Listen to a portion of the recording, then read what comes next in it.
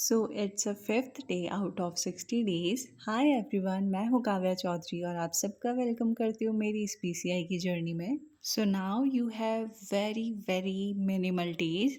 तो अब आपको क्या स्ट्रेटेजी करनी है, क्या चीज़ें करनी है, वो सब अपना प्लान बना के बैठ लो अभी से ही।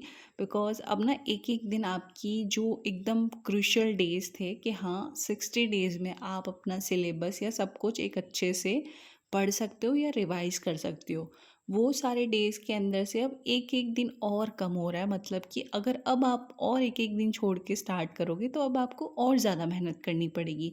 तो उस और ज़्यादा मेहनत से बचने के लिए अब कोशिश करो कि आप अभी से स्टार्ट कर दो। और मैं अभी तक भी देख रही हूँ कि कई बच्चे लाइक बहुत सारे लोग प्रोटेस्ट वगैरह के अंदर लग रखे हैं कि डेट एक्सटेंड कर दो आप या फिर वैकेंसी इंक्रीज़ कर दो।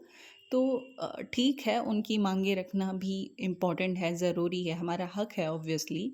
बट पहली चीज़ मुझे इनवैलिड लग रही है वो ये है कि डेट को एक्सटेंड करना। आपको आज के 1.5 साल 2 साल पहले से पता थी आपकी ये डेट, तो ऑब्वियसली था इस डेट से पहले तो एग्ज़ाम कभी कराई नहीं है गवर्नमेंट में।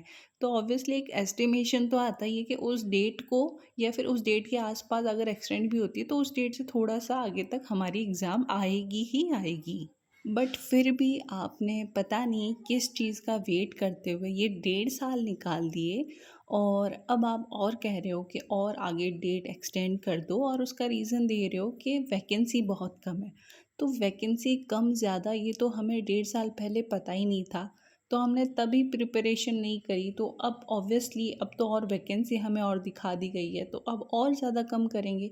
तो ये मांग क्यों उठा रहे हो कि भाई आप डेट एक्सटेंड कर दो, हमें और पढ़ने का टाइम दे दो। तो ये चीज़ एज अ स्टूडेंट मुझे थोड़ी सी कम पसंद है कि हम चीज़ों से और ज़्यादा भागने की कोशिश करते हैं। आप एट दी लास्ट आपको एग्ज़ाम तो देनी है। आपने 1.5 साल निकाल दिया, तब तक आपने नहीं अपना सिलेबस कवर कर पाए या पढ़ पाए। देखो मैंने भी नहीं करी 1 साल तक तो मैंने भी नहीं पढ़ाई करी है, बट लास्ट दिसंबर नवंबर से आप सब लोगों ने भी देखा होगा जो मेरे यूट्यूब पे जुड़ रखे हैं काफ़ी टाइम से, कि मैंने बहुत पहले से ही ईएमआरएस में भी पढ़ाई करी है और उसके बाद में फिर कंप्यूटर इंस्ट्रक्टर का भी एग्ज़ाम दिया, उससे पहले एनएचएम डेटा एंट्री ऑपरेटर का भी दिया है।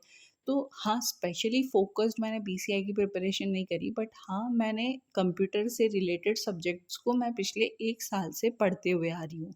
तो ये एज़ अ स्टूडेंट सबको ही लगता है कि यार हम एटलीस्ट अपने सब्जेक्ट को थोड़ा-थोड़ा तो एक लेवल पे रखें कि कभी भी कोई क्विकली एग्ज़ाम आए तो हम उसको दे सकें। सेकंड माँग आप लोग ये उठा रहे हो, प्रोटेस्ट कर रहे हो इसके रिगार्डिंग कि सीट्स एक्सीड होनी चाहिए। तो ऑब्वियसली सीट्स हाँ, बढ़नी चाहिए, उसमें कोई ऐसी क्वेश्चन मार्क वाली चीज़ नहीं है। ऑब्वियसली वो चीज़ बढ़नी चाहिए। हमने देखी है पहले 10,000 हमारे हाथों में रखी थी, फिर भी हम उन्हें नहीं ले पाए, तो वो एक रिग्रेट अभी भी है अंदर। तो हम चाहते हैं कि अच्छी वैकेंसी आए और हम उसे ग्रैब कर सकें कम से कम। पर साथ में एक और चीज़ बोलना चाहूँगी, आप प्रोटेस्ट करो, कोई नहीं, ये आपका राइट है।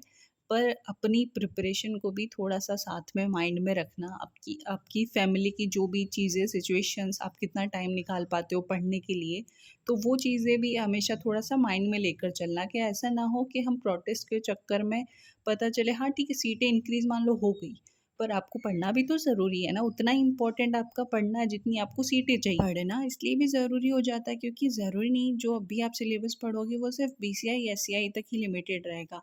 आगे डी ट्रिपल एसबी की आएगी और अदर कंप्यूटर की वैकेंसी आएगी, उनमें भी यही सिलेबस रहने वाला है। तो पढ़ना is much better option rather than protest.